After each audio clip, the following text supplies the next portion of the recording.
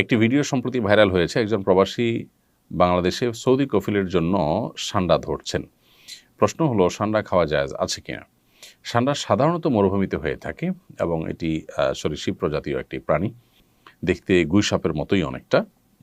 এই সান্ডা, এটাকে কোরআন এবং হাদিসের ভাষায় দব বলা হয়। এখনও আরব দেশগুলোতে এটাকে দব বলা হয়।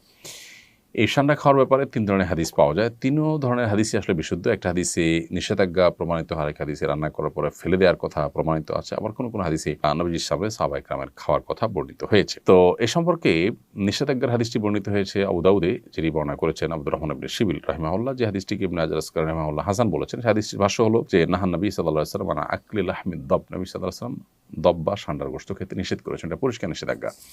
আরেকটি হাদিস বর্ণিত হয়েছে মুসনাদে আহমদে, যেটিকে ইমাম ইবনে হাজাম এবং ইমাম আইনি এবং শাওকানি রাহিমাহুল্লাহ তারা সহিহ বলেছেন।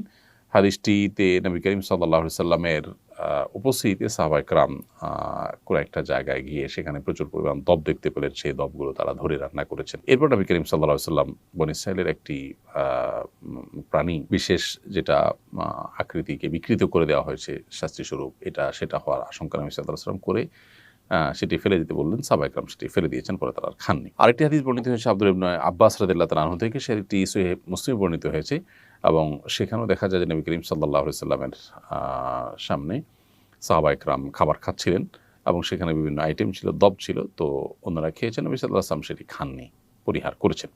তো ৩য় নম্বর হাদিস থেকে অনুমোদন বোঝা যায়। এসব হাদিসগুলোই বিশুদ্ধ এবং এসব হাদিসগুলোকে সামনে রেখে পৃথিবীর সংখ্যাগরিষ্ঠ ওলামায়ে কেরাম বা বেশিরভাগ ইমামগণই দব খাওয়াকে জায়েজ বলেছেন। আর হানাফি মাযহাবের ওলামায়ে কেরাম এটিকে মাকরুহ বলেছেন, অপছন্দনীয় বলেছেন।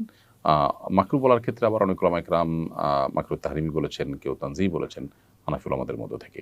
তো বেশিরভাগ ওলামায়ে কেরাম এটি খাওয়াকে জায়েজ বলেছেন। কারোর রুচিতে নাবাদ তিনি না খেলেন, সেটা সম্পূর্ণ ভিন্ন বিষয়।